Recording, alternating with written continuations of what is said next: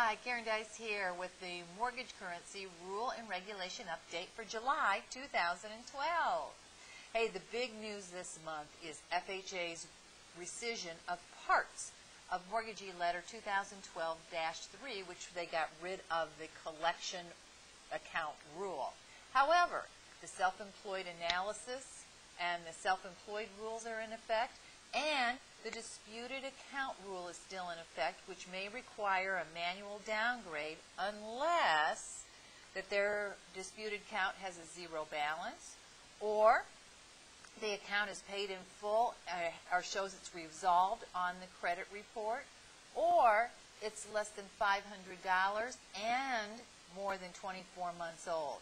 So with that, we revised the FHA Total Scorecard Downgrade Chart that you can find on the Charts and Checklists page of the website. Now, speaking of FHA, we've had a lot of people ask us if we had a history of the FHA MIP changes. And voila, we created one for you which shows an 11-year history of those MIP changes by FHA. Now, if you are into USDA loans, there's a biggie update here on how to figure student loan repayments, especially since the repayment plans have been changed and modified over the last few years. The student loan repayments now allow people to repay the loans based on their gross monthly income and or their family size. So how do you figure a student loan payment year after year if it's going to be changing? What USDA did was come up with some rules and regulations on that, and including how you figure those types of payments in qualifying for a loan. Now, what I think you need to do here is if you do have any USDA loans that are pre-approved and fall under the student loan qualifying category, you may want to go back and requalify those people.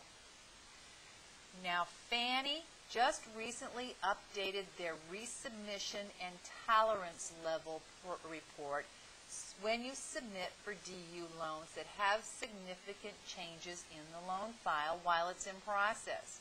And you're going to find these updates listed in an article this month.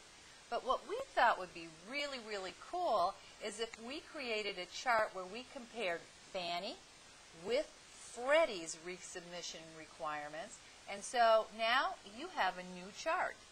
So review that with your team, Fannie versus Freddie resubmission requirements, because there's some reasons that you don't want to run DU or LP because it may just kill your deal. Now, if you are on the compliance side of the business, which most loan officers are when it even starts at the time of loan application, the Federal Reserve has just come out with a report of the 5 most common violations. Now, while a couple of them refer to servicing, there's a few of them that you as loan officers, branch managers, and processors need to know about.